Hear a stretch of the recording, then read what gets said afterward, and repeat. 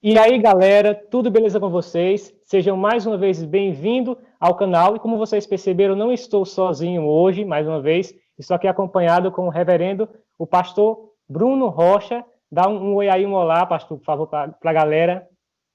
Olá, querido Manuel Machado e todos os assinantes do canal. Um forte abraço para vocês. Para mim é um prazer muito grande estar com vocês aqui nessa noite e poder contribuir com vocês, tá? Com minha humilde participação aqui nessa noite e espero não decepcionar vocês e muito menos o nosso querido amado Manuel, tá? Deus abençoe, é um prazer estar com vocês nessa live. Um prazer tê-lo aqui também, pastor. O reverendo, ele é pastor da Igreja Reformada Suprema Graça. Ela fica lá em Montes Claros, Minas Gerais, tá certo? E ele vai conversar aqui um pouquinho, essa conversa vai ser sobre pregação. Então, antes de iniciar, de fato, já a entrevista, eu peço que vocês deem aquele velho joinha, dê o like aí, né, se gostarem do vídeo. Comentem, tá certo? Os seus comentários contribuem aí para a nossa discussão acerca do assunto. Se inscreva no canal e principalmente compartilhe esse vídeo para a gente poder alcançar mais pessoas. Sem mais delongas, vamos direto aqui ao assunto. O tema é pregação. Então, pastor Bruno, primeira pergunta é essa. Existe alguma diferença entre pregação e palestra ou é a mesma coisa? Bom, vamos lá. Mais uma vez, agradeço a participação de estar aqui com vocês. E vamos lá, então, à primeira pergunta aí. Bom, a questão da pregação e da palestra é que há uma certa semelhança entre as duas coisas, mas um ponto, na minha opinião, ela vai causar uma diferença entre as duas coisas. Primeiro, a palestra, ela sempre está ligada a uma aula, né, uma aula que ela é bem organizada, de forma didática e também aplicativa, e também até metódica, né? Ela tem todo um planejamento, né? Um planejamento de palestra, de aula mesmo, né? Didática e de forma metódica, né? De forma temática e também de forma metódica. Mas a pregação, não que a pregação também não seja também didática e não seja também metódica, mas já a pregação, além de todas as características também que eu falei da palestra, a pregação ela tem algo mais peculiar, ela tem algo mais interessante nela, que é a questão da aplicação, né? Porque se você somente dá uma palestra, ou iniciar um tema, ou discorrer sobre esse tema, acaba sendo mais uma aula didática, uma aula até participativa, uma aula marcante e boa. Mas se você não aplicar aquilo que você está ensinando, aí não é pregação, porque a característica marcante de uma pregação ela é a aplicação sempre no final. Então, a aplicação ela é um meio devocional de você aplicar o conhecimento exaurado, conhecimento adquirido, conhecimento ensinado e passado às pessoas, e aplicar esse conhecimento não somente de forma teórica, mas também de forma prática, né? Você expor em forma de aplicação a vida atual das pessoas nos dias de hoje. Então, em suma, eu acho que pregação é mais ou menos isso aí. É você não somente expor o conteúdo teórico, mas também expor o conteúdo prático em forma de aplicação no final da pregação. Quanto a isso, também dizia um dos grandes pregadores, né, John Stott, ele dizia que pregar é conectar o texto antigo ao ouvinte atual. Então, é aplicar o texto nos dias de hoje, o conhecimento, né, teológico, doutrinário, do Antigo Testamento, do Novo Testamento, ou seja, da Escritura, mas também aplicar nos dias atuais, nos dias de hoje, no texto, nos dias contemporâneos, em relação à vida das pessoas. Então, em suma, a palestra é mais uma aplicação didática, sem aplicação no final, é mais para adquirir conhecimento mesmo, uma aula, né? E pregação, ela tem essa característica marcante de uma aplicação no final, de uma aplicação de forma devocional para a vida das pessoas nos dias atuais. Perfeito. Então, basicamente seria, eu poderia resumir dessa maneira, veja se eu estou raciocinando correto. Seria o seguinte, palestra seria no sentido, olha, o texto quer dizer isso, e a pregação já iria um pouquinho mais além, olha, o texto quer dizer isso, e o que isso tem a ver com a minha vida? Aí esse seria o papel da pregação, além de explicar, aplicar. Correto? Exatamente. A pregação, ela é introdução, desenvolvimento, e a característica marcante dela é a aplicação, que é a conclusão tirado em cima daquele texto e aplicado nos dias de hoje na vida das pessoas. Então, é justamente isso que você falou. O que esse texto significa para nós hoje? O que esse texto significa para a minha vida? O que ele traz de benefício para nós? E talvez, Manuel, esse tem sido um dos problemas da atual geração que nós vivemos, né? Muitas pessoas acham que pregar é somente você discorrer sobre o texto bíblico, e a gente vai falar isso mais posteriormente, é somente você discorrer de textos bíblicos e fazer todo aquele arcabouço doutrinário e até teológico corretamente, mas sem aplicação. Se não tiver aplicação, deixa de ser pregação e acaba se tornando uma palestra e não se torna uma pregação. Pregação é quando você introduz, desenvolve o raciocínio bíblico e também conclui na vida das pessoas nos nossos dias de hoje. Perfeito, pastor. Então vamos agora para a segunda pergunta. O que seria de fato, você pode conceituar, definir, o que seria de fato uma pregação bíblica? Toda pregação é bíblica, toda pregação é válida. O que seria uma pregação bíblica? Na verdade, a pregação bíblica, ela está ligada diretamente às Escrituras, diretamente à palavra de Deus. Essa pergunta é uma pergunta bem pertinente nos nossos dias, porque o que nós mais vemos hoje é essa diferença entre pregação bíblica e pregação que não é bíblica. E qual é a maior diferença entre pregação bíblica e pregação não bíblica? A pregação bíblica, a característica marcante dela é que ela aponta para Cristo, é uma pregação cristocêntrica. O texto, o contexto, a aplicação, ela deve apontar para Cristo, mesmo se for pregada textos do Antigo Testamento, né? Citações e textos da Antiga Aliança do Antigo Testamento.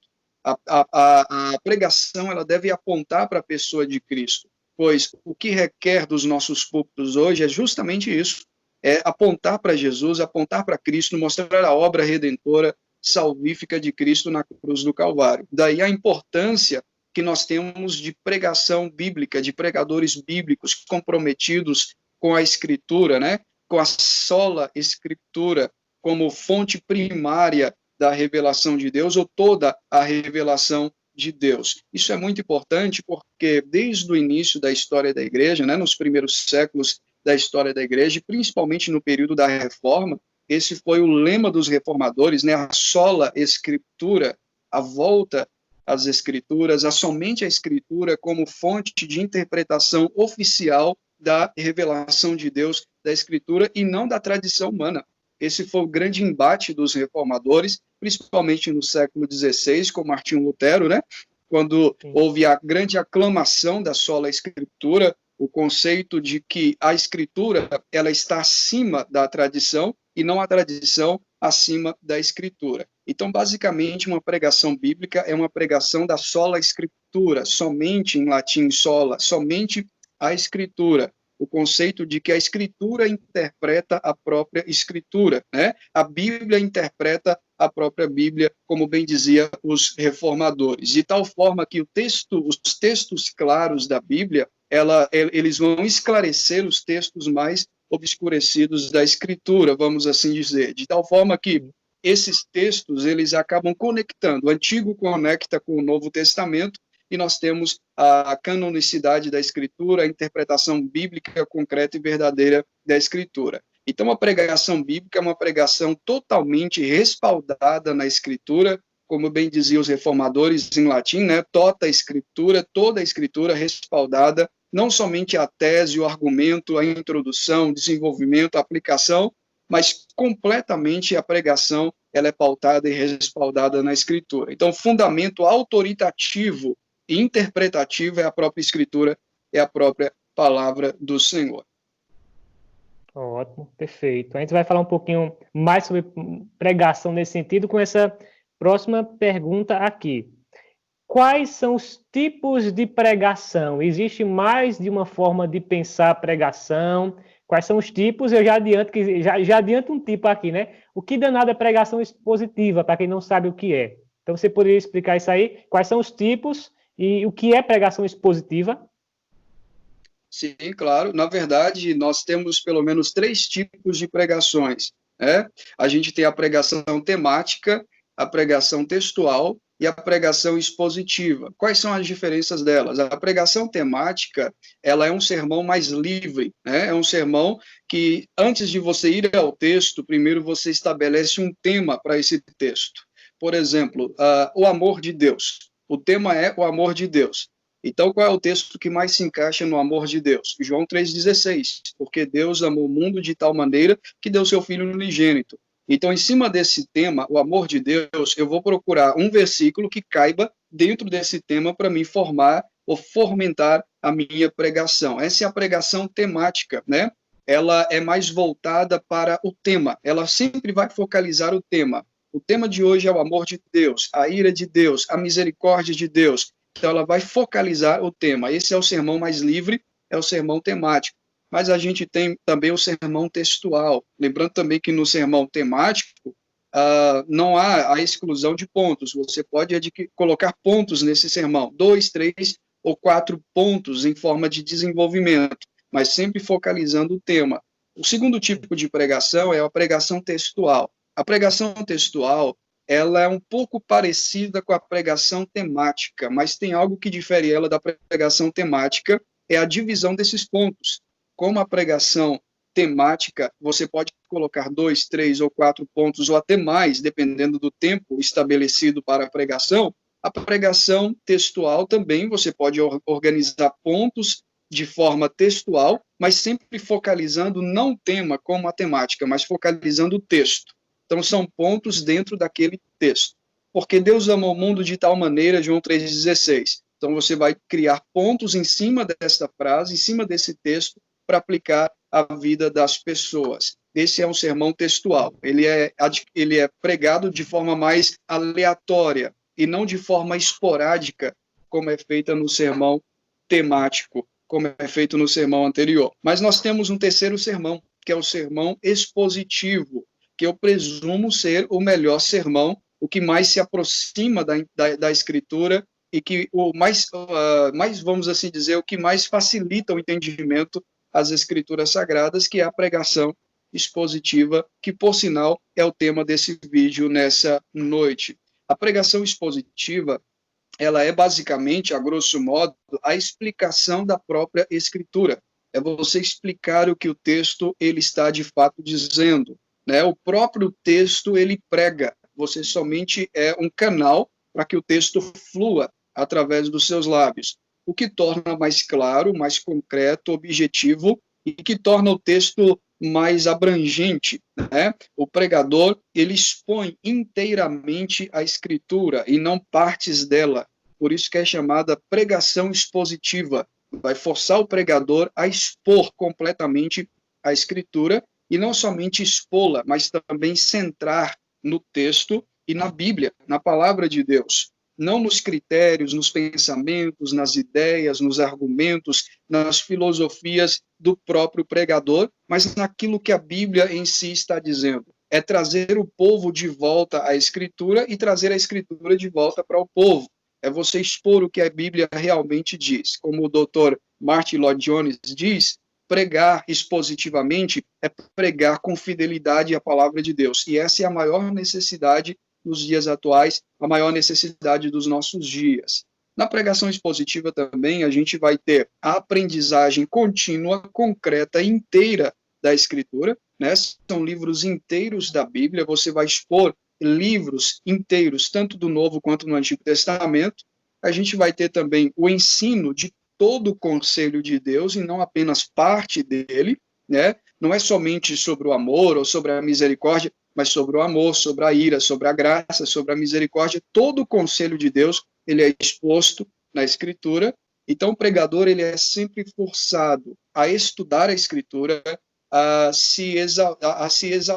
a exaustão mesmo, a debruçar na Escritura, na palavra de Deus, e estudar a Bíblia, e não apenas parte dela. Ele não vai martelar temas de sua própria preferência ou de sua própria mente para estabelecer um conceito. Ele vai expor a própria Escritura, a palavra de Deus. Outra característica marcante da pregação expositiva, que torna ela, a meu ver, pessoalmente dizendo, a melhor forma de expor a palavra, é que a igreja ela tem, com essa pregação, a oportunidade de examinar a Escritura, né, de ler a palavra de Deus completamente e examinar totalmente a Escritura e não apenas parte dela. É Escritura com Escritura sendo examinada, sendo exposta e sendo verificada juntamente com todos em comunhão, o que torna a pregação expositiva algo de suma importância nos nossos dias e algo maravilhoso. Talvez seja esse o motivo dos grandes reformadores como Lutero, Calvino e vários outros homens dos séculos passados terem escolhido esse principal meio de pregação, que é a pregação expositiva, para trazer de volta o povo à Escritura e para melhor explanar as verdades da graça, as verdades do reino, as verdades do Evangelho de Cristo. Perfeito, pastor. O senhor terminou de falar aí, né, conversar um pouquinho sobre o que é pregação expositiva, mas eu acredito, o senhor já explicou aí no início também, acho que na primeira pergunta ainda, que algumas pessoas têm uma caricatura do que seja pregação expositiva, mas elas entendem um pouquinho de forma equivocada isso. O que não é pregação expositiva? Você consegue aí expor alguma determinada mentalidade, pensamento que pensa que é, mas não é? Exatamente. A gente acabou de falar o que é, de fato, pregação expositiva, mas o que não é pregação expositiva. É válido nós entendermos que pregação expositiva, ela é expor o texto bíblico, mas ela não é comentar somente versículos bíblicos. É aquilo que nós falamos na primeira pergunta, né? No caso, na primeira resposta, que não é somente comentar a Escritura, mas também aplicar aquilo que está sendo comentado, aquilo que está sendo exaurido na Escritura, através do conhecimento não apenas teórico, mas também prático. Então, em suma, pregação expositiva não é comentar textos bíblicos, não é fazer comentários de livros da Bíblia, de capítulos ou versículos da Bíblia. É dizer o que ela exatamente está querendo dizer, ou o que ela exatamente está escrito para nós, o que ela está dizendo, e também sem ter acréscimos, né? Sem acrescentar suas ideias pré-concebidas referente ao texto.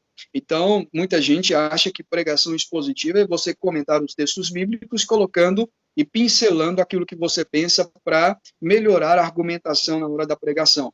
Isso não é pregação expositiva, isso acaba sendo uma pregação textual, né? Não é comentar versículos da palavra de Deus, é interpretar corretamente o sentido original, gramatical do texto bíblico, do texto sagrado. E depois, é claro, aplicar de forma sintetizada na vida das pessoas. Então, em suma, pregação expositiva, ela é ler o texto, explicar o texto e aplicar o texto. Se você não ler o texto, não explicar o texto e não aplicar o texto, você não está pregando expositivamente. Se Calvino e Lutero, como eu falei, vários outros reformadores fizeram isso, leram, explicaram e aplicaram o texto, isso quer dizer que é um método bem eficaz de nós anunciarmos o Evangelho e anunciarmos a palavra do Senhor. Perfeito, pastor. Agora, uma pergunta talvez um pouco mais polêmica, né? Tem talvez algumas denominações, alguns grupos religiosos que ainda estão com aquela ideia, né, de não toque no ungido do Senhor. Então, eu faço essa pergunta para o reverendo. Todo pregador, ele é usado por Deus? É bom nós entendermos que o que é ser usado por Deus. Ser usado por Deus é transmitir aquilo que Deus está falando, aquilo que Deus está fazendo, aquilo que Deus promove, aquilo que Deus faz. Então, usado por Deus no sentido de pregar, expondo a Escritura, é você ser um pregador bíblico e centrado na própria palavra de Deus. Calvino dizia que quando a Escritura ela é fielmente exposta com fidelidade, é o próprio Deus que está falando conosco. Então, o pregador está sendo usado por Deus no sentido de transmitir a mensagem, de transmitir a palavra de Deus ao povo. Logo, ele é um expoente bíblico fidedigno e fiel à Escritura, à palavra de Deus. Então, ele é somente um instrumento usado pelo Senhor. Mas isso não livra de questionamentos, não livra de erros, né? Nós somos seres humanos, não é um anjo que está ali expondo a Escritura, é um ser humano. Então, ele pode tropeçar em algum ponto, ele pode tropeçar em alguma palavra, errar é humano, e ele pode sim ser questionado, justamente devido à ideia de alguns cristãos nos nossos dias, a falsa ideia de que, como é um pastor, é um pregador, não pode ser questionado, porque senão se está tocando no ungido do Senhor. É válido nós entendermos que o ungido, no sentido original da palavra, aplicado somente a Cristo, porque ele é o Cristo, né, o ungido de Deus enviado para nos salvar. Então, o ungido do Senhor é somente Cristo, nós somos ungidos pelo Espírito Santo, ungidos pelo Espírito do Senhor para anunciar boas novas de salvação. Mas isso não nos livra, não vai nos isentar de questionamentos, de argumentos e de até mesmo de dúvidas em relação àquilo que a gente está expondo. O importante é expormos a palavra conforme ela é, conforme ela está escrita. Então, usado por Deus nesse sentido é aquele que prega o evangelho, aquele que prega a palavra do Senhor. Ótimo, perfeito. Você já comentou um pouquinho acerca disso, mas eu gostaria que você explicasse um pouquinho a mais. O que seria pregação cristocêntrica? A pregação cristocêntrica, ela é aquela pregação que ela é sempre voltada para a pessoa de Cristo, para a obra de Cristo e para aquilo que Cristo veio fazer por nós, né? Ela coloca-nos a graça, ela mostra-nos diretamente e definitivamente a obra de Cristo. Ela exclui completamente a obra humana e ela apresenta a obra de Cristo como meio, é claro, de salvação. A pregação cristocêntrica é aquela que tem Cristo como propósito, que tem Cristo como alvo, que tem Cristo como centro, é anunciar Cristo, inclusive pregando o Antigo Testamento. Se nós pregarmos sobre Moisés, nós devemos apontar para Cristo, porque Moisés foi um tipo de Cristo, né? Representando Cristo, aquele que veio para nos tirar do mundo, para nos salvar dos pecados, para perdoar nossos pecados. Então, toda a Escritura, ela aponta para a pessoa e para a obra de Cristo. Então, pregação cristocêntrica é anunciar Cristo em sua totalidade, mesmo pregando textos do Antigo Testamento, porque justamente isso que é a Escritura, é apontando para a pessoa de Cristo, para aquele que veio para nos salvar e perdoar os nossos pecados. Então, pregação expositiva, Cristo é o centro da pregação. Não só da pregação, mas também da liturgia do culto, das canções que são cantadas, dos louvores, né, do meio como nós usamos para adorar a Deus, deve ser completamente baseados e respaldados na pessoa de Cristo, porque Cristo, ele é o centro do nosso culto. Então, a cosmovisão é completa. Não somente a pregação, mas também o modo de vida, o modo de nós adorarmos, sempre voltado para a pessoa de Cristo, sempre voltado para o nosso Senhor. Isso é ser cristocêntrico, é entender que Cristo é o centro e não nós, é entender a graça, entender a verdade do reino, a verdade do evangelho de Deus. Amém, amém. Uma outra pergunta aqui. Quais seriam os problemas, os principais problemas? Eu sei que há muitos, infelizmente, mas quais seriam os problemas relacionados à pregação, pensando na igreja brasileira? O que a igreja brasileira tem dificuldade de compreender? O que está acontecendo na prática litúrgica da igreja, no sentido da pregação, de errado? Sim, na verdade, a gente pode sintetizar isso em pelo menos 3 pontos, bem resumidos. Primeiro, a falta de conhecimento em relação aos atributos de Deus. É muito importante e é pertinente nós procurarmos sempre examinarmos a Escritura e entendermos quais são os atributos comunicáveis e incomunicáveis de Deus. A falta de conhecimento de alguns irmãos, principalmente em nosso tempo, no tempo que nós estamos vivendo, sobre o que tange aos atributos de Deus, tem levado muitas pessoas a não conhecerem de fato a grande realidade do Evangelho, a grande realidade da graça. Então, quando não se conhece quem Deus é, o que Deus faz, quais são os meios que ele usa para manifestar o seu poder, para salvar o seu povo, né? Quando não se conhece, acaba se criando um Deus à sua própria mente, um Deus, né, entre aspas, ao seu próprio entendimento, à sua própria mente, porque as pessoas não conhecem o poder de Deus. Então elas acabam criando um Deus bonzinho, um Deus que não castiga, um Deus que não se ira, é somente um Deus que é paz e amor. Mas o Deus da Escritura, ela mostra claramente que Deus é um Deus que se ira todos os dias, é um Deus que não faz vistas grossas às nossas rebeliões, aos nossos pecados, é um Deus que perdoa, que ama, mas também que não deixa o culpado por inocente, que castiga também, que justiça e juízo são a base do seu trono. Então, a falta de conhecimento dos atributos de Deus tem causado esse grave problema na sociedade em que nós estamos vivendo. A falta de conhecimento da ira, da justiça, da imutabilidade, da infinitude de Deus, da graça de Deus e do poder dele através da Escritura. Em segundo lugar, as mensagens. As mensagens têm sido mensagens, em alguns locais, mensagens palatáveis, mensagens que massageiam o ego das pessoas, mensagens bonitinhas, agradáveis, mensagens que, infelizmente, partem mais para a autoajuda, né? Nós temos aí o coach ministerial, pastores que estão abandonando o seminário, pastores que outrora amavam as escrituras, o seminário, agora estão abandonando o seminário teológico, a examinar as escrituras para entender a mente das pessoas, para fazer com que as pessoas se tornem mais agradáveis no culto. Então vai sobrepujar um espetáculo acima do outro, inclusive massageando o ego das pessoas com autoajuda. Isso tem tomado lugar principalmente aqui no Brasil, e isso é trágico. Infelizmente, alguns púlpitos brasileiros, não são todos, a gente não pode generalizar, há igrejas bíblicas, igrejas sérias que expõem a verdade da Escritura, mas alguns locais estão deixando a desejar para agradar as pessoas.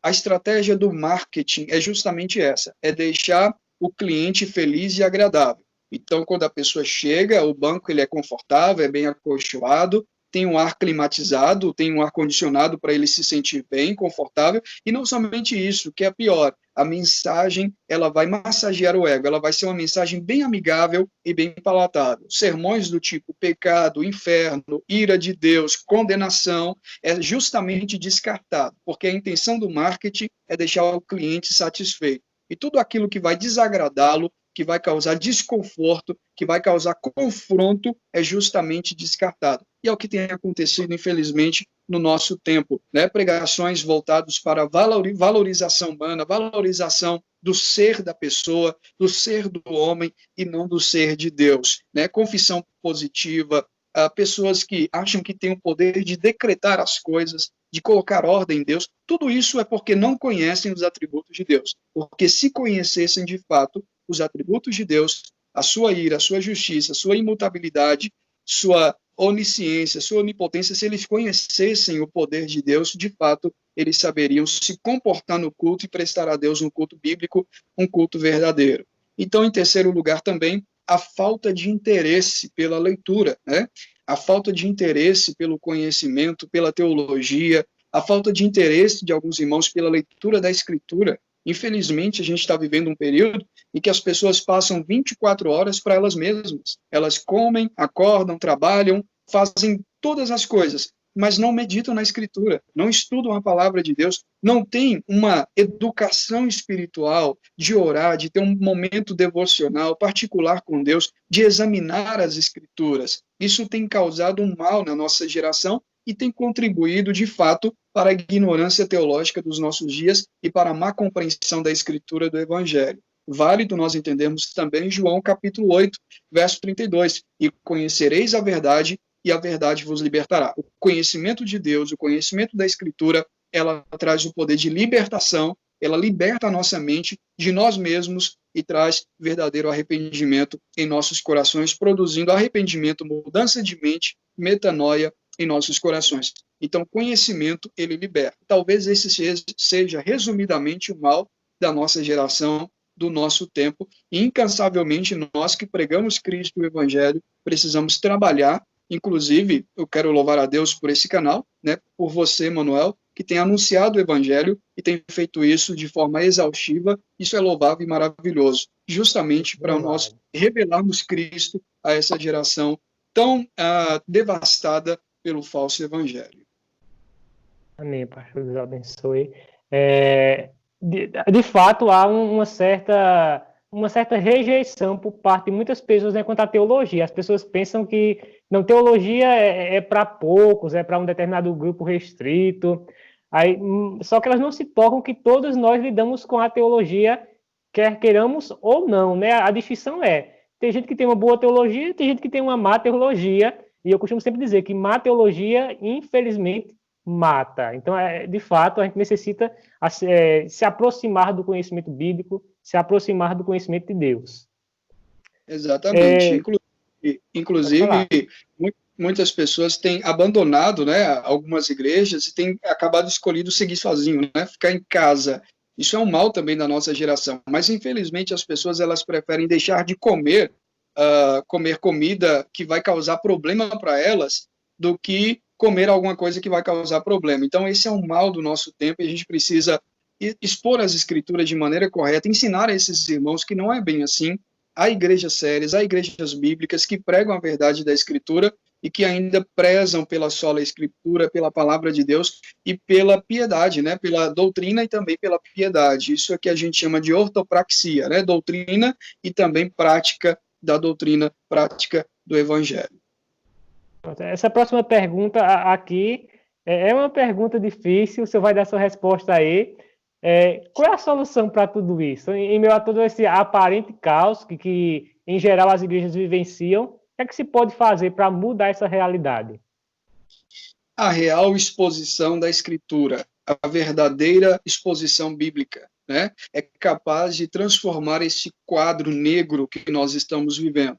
A pregação bíblica cristocêntrica é a solução. Por isso, nós precisamos examinar a Escritura, estudar mais a Escritura e aplicar na vida das pessoas, né? Não apenas métodos, mas também aplicar a verdadeira palavra de Deus na vida das pessoas, não fazendo pragmatismo, né? Como muitas pessoas têm feito para tentar agradar as pessoas, muito menos a relativização da Escritura, né? A secularização da Escritura, mas aplicar de forma bíblica, coerente, exata e precisa a verdadeira palavra de Deus. Então, a volta à Escritura é o remédio para essa geração. Eu poderia dizer, fazendo alus ao tema que nós estamos tratando aqui, a pregação expositiva é um método que nós podemos usar para alcançarmos as pessoas e colocarmos elas dentro da Escritura e a Escritura também entrar na vida delas, através da verdadeira exposição bíblica da palavra de Deus. Incentivá-las à oração,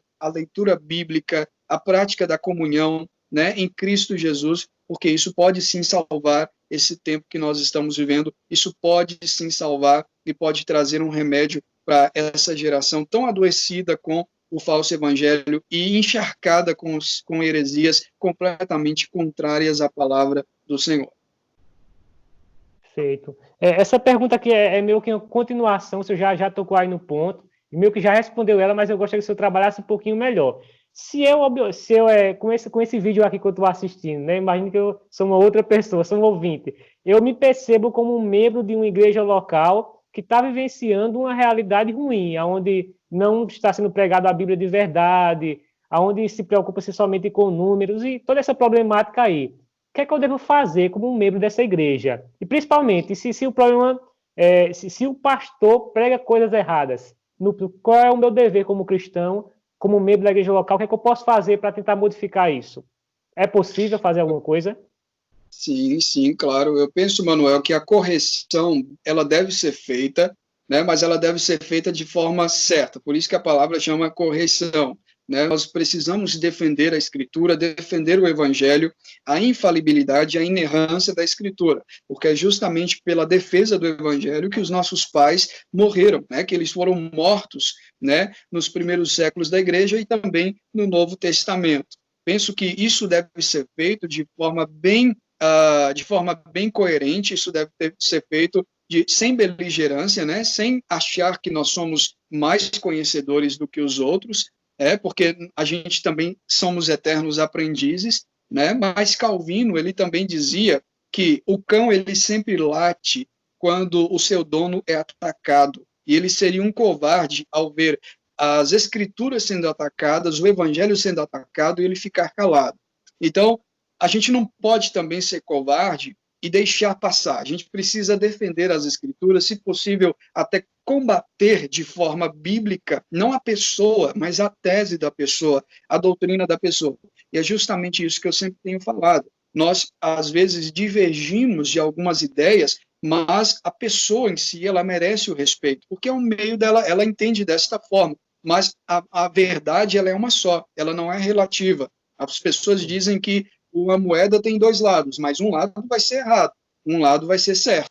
Então, não tem dois termos, não tem dois pesos e duas medidas. Nós temos uma verdade na Escritura, e ela deve ser pregada de forma correta, como ela está na Escritura. Então, isso, a gente precisa defender o Evangelho, e isso deve ser feito com muita cautela, com muito amor no coração, sem soberba, sem beligerância, mas também com a veracidade, com verdade, com graça e com justiça. a gente precisa sim defender. Nesse caso aí, por exemplo, de exortar o irmão, acho que isso deve ser feito particular, né? Chamar o irmão, dizer, meu irmão, não é assim, a Escritura diz assim, eu respeito o seu ponto de vista, mas não é desta forma, não é desse jeito, isso aqui se aproxima mais da Escritura, olha só, compare esse texto, é assim que a gente faz.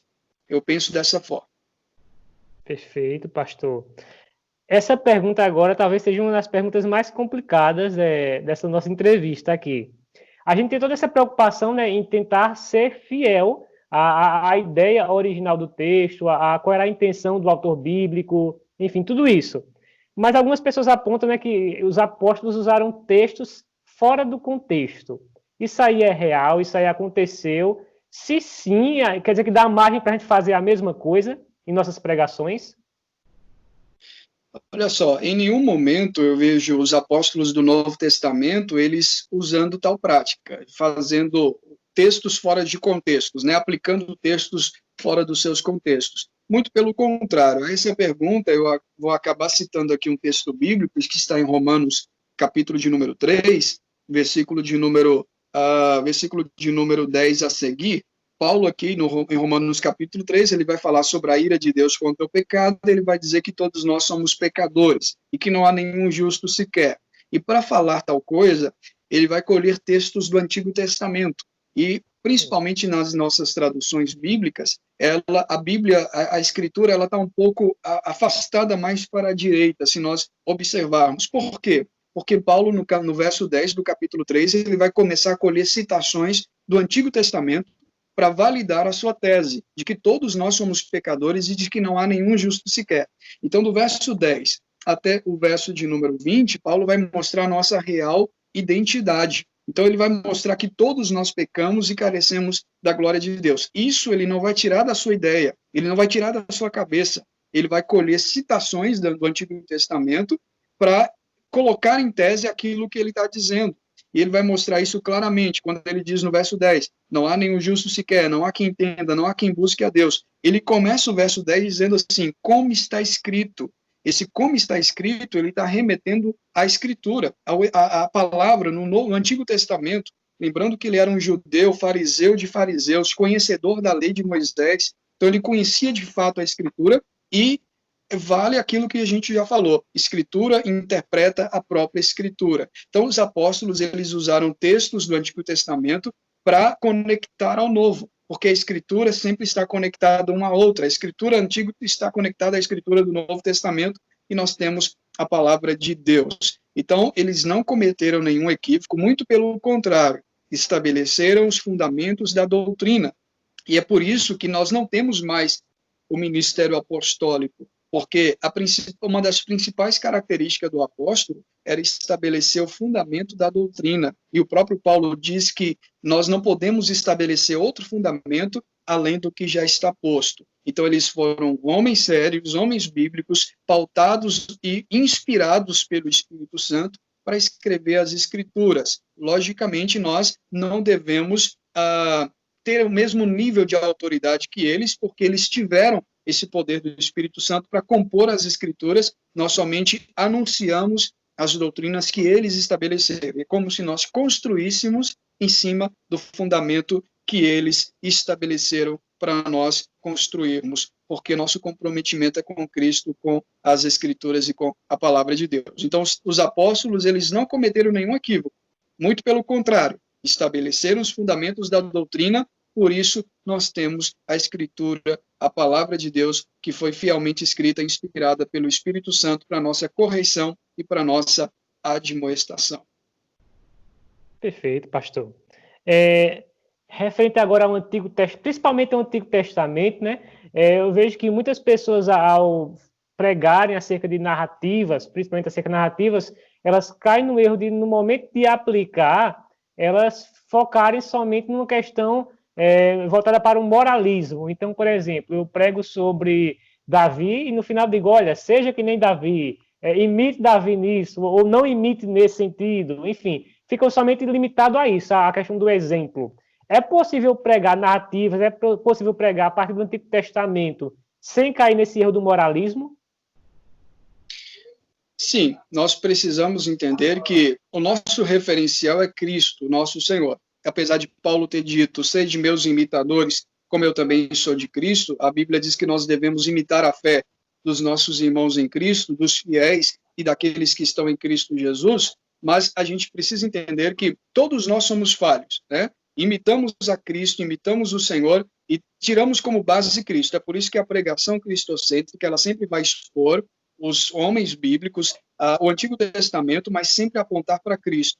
Interessante que a Bíblia nunca vai esconder os erros nossos, os erros dos homens, né? Davi, por exemplo, aquele grande pecado que ele cometeu, a Bíblia não ocultou isso dele, a Bíblia deixou isso exposto para quê? Para mostrar que o nosso referencial é Cristo e que todos nós temos Cristo como nosso referencial. Então, podemos sim pregar o Antigo Testamento, pregar esses homens apontando para Cristo e mostrando que em Cristo tudo se cumpre, nele tudo se converge, o fim da lei é Cristo para a salvação. Então, fazendo isso, a gente não cai no moralismo que muitas pessoas têm feito, né? E cometendo esse erro grave aí, seja como ele, seja como ele. A gente precisa ser como Cristo, porque esses homens foram falhos, sim, foram homens de Deus, homens bíblicos, homens que tiveram poder do Espírito Santo, né? Arrancaram portões como Sansão, né? Fecharam a boca de leões como Daniel, mas homens que buscaram a Deus, que buscaram a Cristo, mesmo no Antigo Testamento, pela fé no Cristo que haveria de vir. Hoje nós, no Cristo que já veio, cremos nele para a nossa salvação. Amém, perfeito. Essa pergunta aqui, eu acho que não gera tanta polêmica, não, a depender da igreja a qual a pessoa frequente. Crianças, elas podem pregar no púlpito? É sensato colocar uma criança, aí pense aí, sei lá, um adolescente, talvez, 12, 13, 14 anos, no púlpito para poder instruir a igreja? Interessante essa pergunta.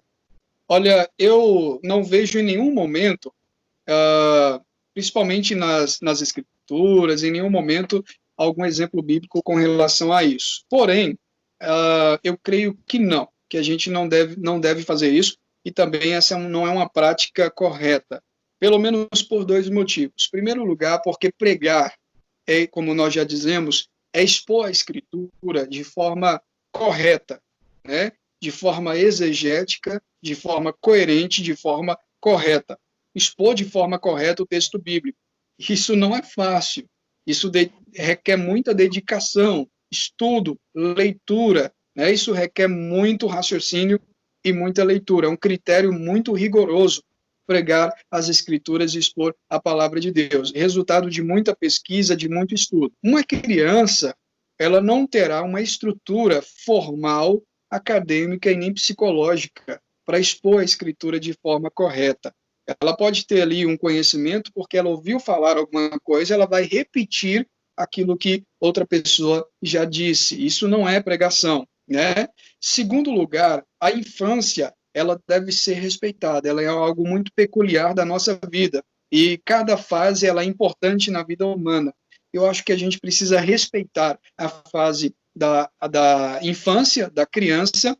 A criança ela deve brincar, ela deve ser aprendiz, ela deve aprender primeiro, por isso que cabe a responsabilidade dos pais, ensinar seus filhos a Escritura, ensinar seus filhos a prática da oração, a prática da piedade, a prática da oração, ensinar as Escrituras aos seus filhos, para depois de já maduros, eles poderem instruir também as pessoas e poderem também pregar o Evangelho em qualquer local e não somente no púlpito e não somente na igreja. Então, em suma, eu sou contra, sim, a ordenação de crianças e também a colocação delas, a concessão delas no púlpito para expor as Escrituras, porque não tem base, não tem fundamento nenhuma coisa dessa natureza. Mas respeito quem faz isso, tá? Respeito quem faz isso, mas não vejo nenhuma estrutura com relação a isso, não. Tá certo, pastor. Essa pergunta aqui é interessante, tá certo? A gente falou bastante sobre a questão da responsabilidade, do quão exige um trabalho, de fato, né? Você estudar o texto, preparar o sermão, é um árduo trabalho que nos dá muito prazer, mas não deixa de ser trabalhoso, de fato. E a gente pensa naquela coisa meio séria, meio estática, enfim. Essa pergunta é nesse sentido. Há lugar para humor no púlpito? Um pregador ele pode fazer uso de uma piada ou outra, assim, com uma intenção, assim, não com má intenção, obviamente, né, com uma intenção boa de chamar a atenção do público, nesse sentido? Bom, nós sabemos que o tempo que a gente vive é um tempo de grande frieza espiritual, de grande apostasia espiritual. Como a gente já disse anteriormente, as pessoas elas têm se valido da ordenação, né, se valido do púlpito para tentar agradar as pessoas e trazer mensagens palatáveis, mensagens agradáveis aos ouvidos das pessoas. É justamente o tempo que Paulo escreveu para Timóteo, que eles não suportarão a sã doutrina, mas amontoarão para si mestres, doutores, segundo suas próprias concupiscências, desviarão os ouvidos da verdade, porque terão comichão nos ouvidos, ou seja, coceira, cócegas nos ouvidos. E o que se requer de um bom obreiro, de um bom ministro, de um bom expoente da Escritura, é que ele tenha seriedade no púlpito, na exposição da Escritura. Logicamente, a gente está falando de um Deus santo, de um Deus ordeiro, de um Deus justo, perfeito e maravilhoso. Por isso, requer-se postura, principalmente quando está expondo a Escritura, expondo a palavra do Senhor.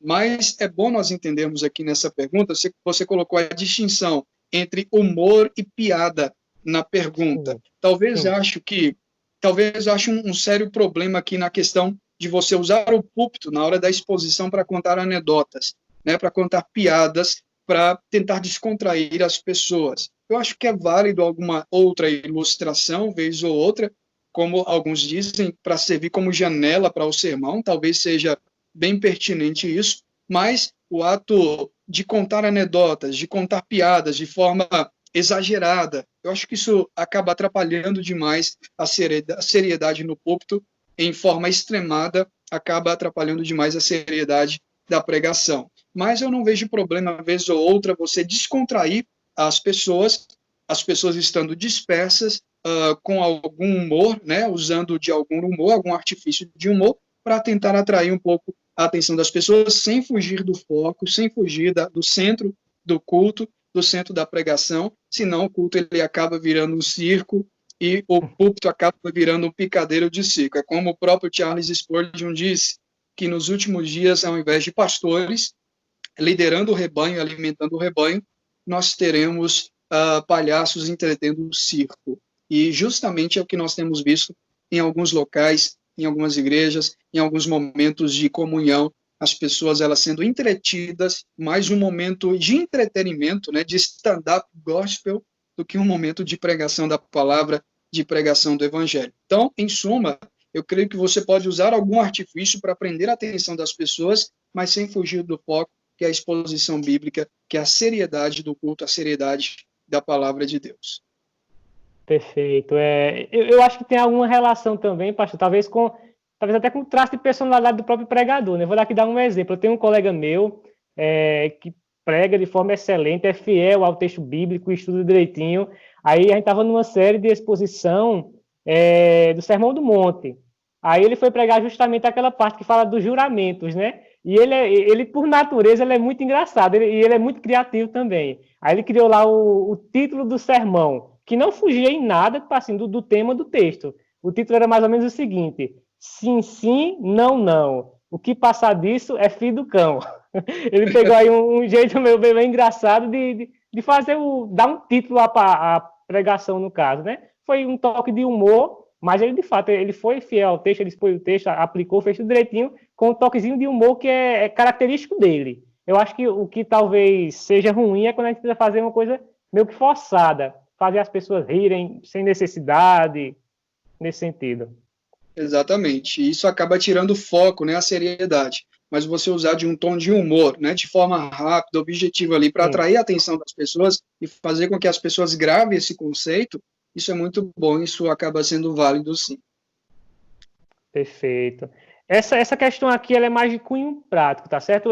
Acho que em um dos últimos vídeos que eu fiz para o canal, eu fiz uma citação de Charles Spurgeon, não vou me recordar dela aqui de cor, mas é mais ou menos o seguinte, né? Que naquele período que ele estava vivendo, as pessoas pouco ligavam com a questão do que se estava sendo pregado. O importante é que o sermão fosse curto, para ela estava tudo bem. Então, a pergunta é nesse sentido aqui: tem algum tempo ideal para o sermão, para uma pregação? Porque parece que a depender do local onde você vai pregar, parece que o pessoal se cansa um pouquinho mais rápido. Não sei se é Sim. pecado, o que do nada está acontecendo. Tem tempo ideal? Olha só, não há um tempo específico para expor um sermão, né? A gente não tem um tempo específico para expor o sermão. Geralmente, eu gasto na exposição dos meus sermões aproximadamente 1 hora, né? No tardar 1 hora de exposição bíblica. E eu estabeleci isso como um método desde muito cedo, desde quando eu comecei a pregar expositivamente a palavra de Deus. Isso acabou se tornando rotineiro. Eu já não consigo mais pregar menos que isso e nem mais que isso. Geralmente é 1 hora. Se extrapolar é muito difícil, ou se acabar antes também é só alguma eventual necessidade. Porém, eu penso que um bom sermão, ele não significa um sermão de 1 hora ou de 2. Um bom sermão, ele não significa um sermão curto e muito menos um sermão extenso. Eu acho que de 40 a 1 hora é suficiente para você introduzir o sermão, expor de forma de desenvolver ali o sermão, e aplicar na vida das pessoas, né? Para expor um capítulo bíblico, eu acho que não passa muito disso aí, não. Acho que dá para você adaptar, sim, não tardar 1 hora, no máximo 1 hora de exposição bíblica de forma coesiva, de forma coerente. Mas, como nós falamos, não há um tempo específico para exposição. O que importa é que o sermão ele seja exposto de forma fiel, fidedigna e verdadeira, de forma correta, até para não causar, como já foi dito aqui, um enfado, uma canseira na vida das pessoas no processo do culto, no momento de aprendizagem do culto, né? Para ser processado o conteúdo. A psicologia, ela costuma dizer, principalmente a psicopedagogia, ela costuma dizer que o raciocínio nosso é de 30 a 40 minutos. Passou disso, a gente já não tem mais raciocínio para ser processado. É muito conhecimento, é muita coisa para a gente alimentar, para a gente adquirir nesse espaço de tempo. Uma coisa muito importante com relação a isso também, Manuel, é que uma pesquisa nos Estados Unidos diz que membros de igrejas evangélicas, ou até mesmo católicas, membros de igrejas há mais de 10 anos, que houve a exposição de um mesmo pastor, de um mesmo sermão, eles não recordam do sermão. Na verdade, a gente prega na quarta-feira, no domingo, as pessoas nem lembram do sermão que a gente pregou, né? As pessoas esquecem do sermão. Mas isso não é motivo de causar desânimo, ao contrário, isso tem que trazer ânimo ao nosso coração. Por quê? Porque uma pessoa que é casada há 30 anos com a esposa, ele não vai lembrar da comida que ela fez há 30 anos atrás para ele, mas ele vai saber que aquela comida que ela fez o manteve vivo até aquele exato momento.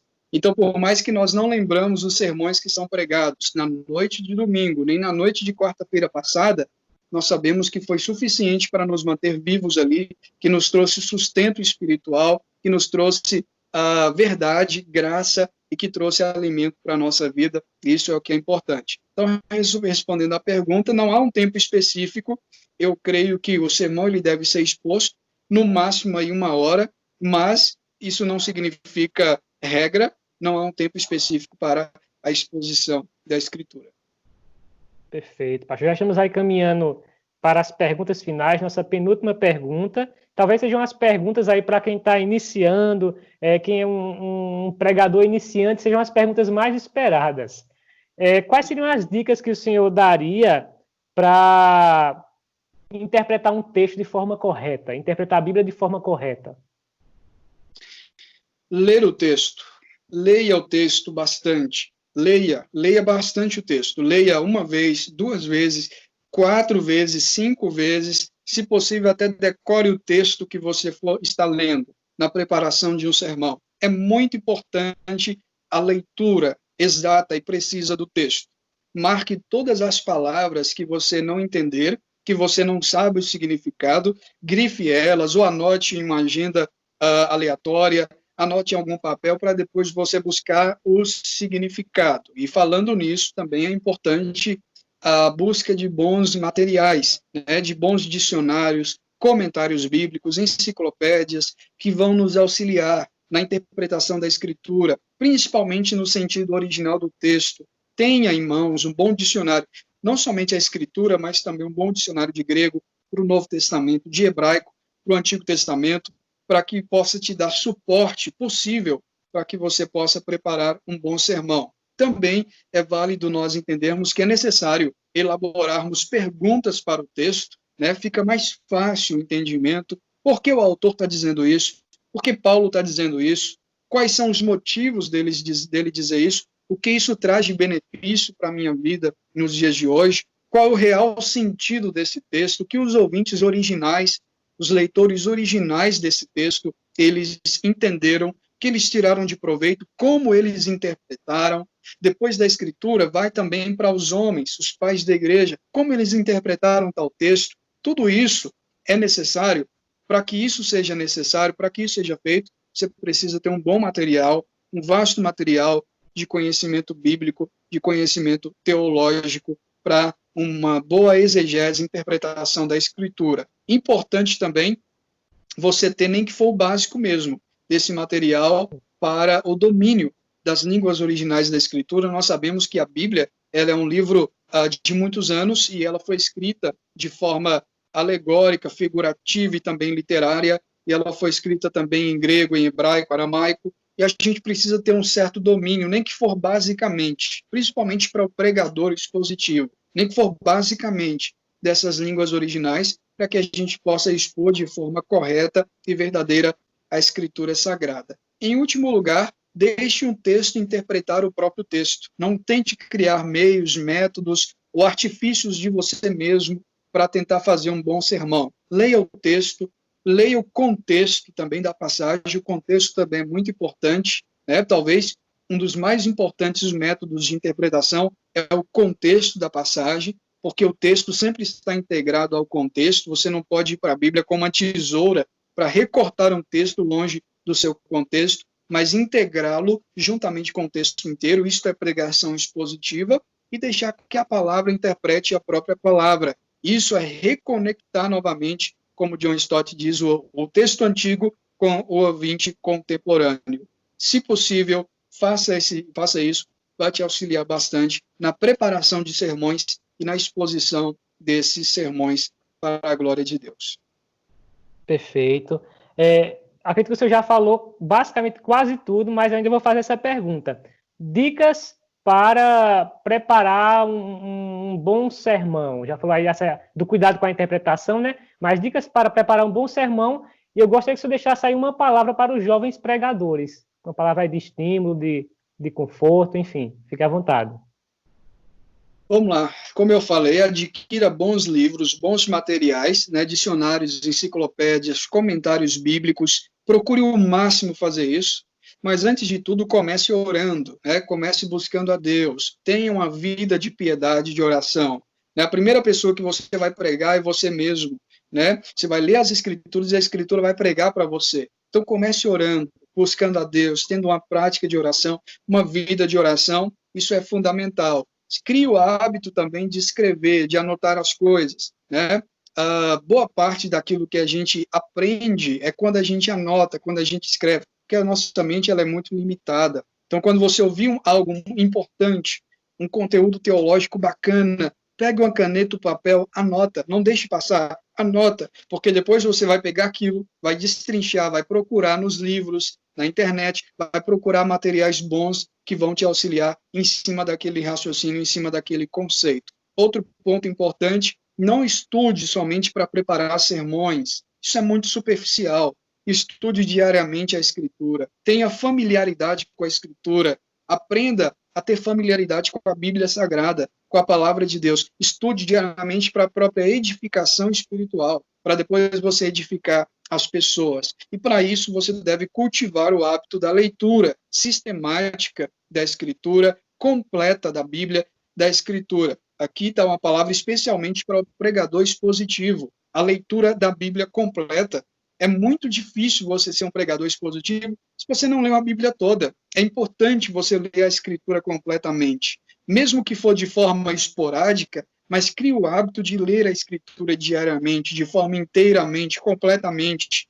Não pegue textos isolados, textos bonitinhos da Escritura, mas toda a Escritura, toda a palavra de Deus. Lembrando também para o pastor que a primeira pessoa que ele vai pastorear é ela mesma. Por isso, faça isso para você mesmo, para a sua própria vida espiritual. Depois, sua esposa, seus filhos, sua família, as suas segundas ovelhas. Você vai fazer isso para a sua família. Terceiro, vai ser as pessoas. Não se autoafirme, deixe que as pessoas vejam a sua chamada do seu ministério, porque essa é a verdadeira chamada. É quando as pessoas reconhecem o seu ministério e a sua chamada. E assim você vai trazer glória para Deus, vai conformar as pessoas à imagem de Cristo e vai ser um pregador autêntico, verdadeiro, sincero, bíblico, nesse tempo difícil que nós estamos vivendo. Tudo isso somente pela graça de Deus e não para a nossa própria arrogância e soberba, mas somente para que o nome de Cristo, o nome do Senhor, ele seja eternamente louvado e glorificado. Amém, pastor. Perfeito, perfeito. Muito obrigado aí por essa participação, por essa entrevista. Amém, eu que agradeço. Seu ministério. Eu que agradeço, amém. Para mim foi um prazer muito grande conhecer você, esse canal, todos os irmãos. Deus abençoe. Um forte abraço para vocês, em nome do Senhor Jesus. Amém. E eu espero que logo, logo o senhor esteja aqui de volta para tratar sobre outro assunto. Vamos continuar aí. Pode contar com a gente, sim. A gente está aqui para auxiliar os irmãos e para somar com o reino de Deus e agregar valores espirituais para a glória do Senhor. Amém, pastor. Pois é isso, pessoal. Espero que vocês tenham gostado dessa entrevista. O assunto, de fato, é extremamente relevante para a igreja. Então é isso, tá certo? Um abraço e Deus abençoe a todos. Tchau, tchau. Bem, Deus abençoe.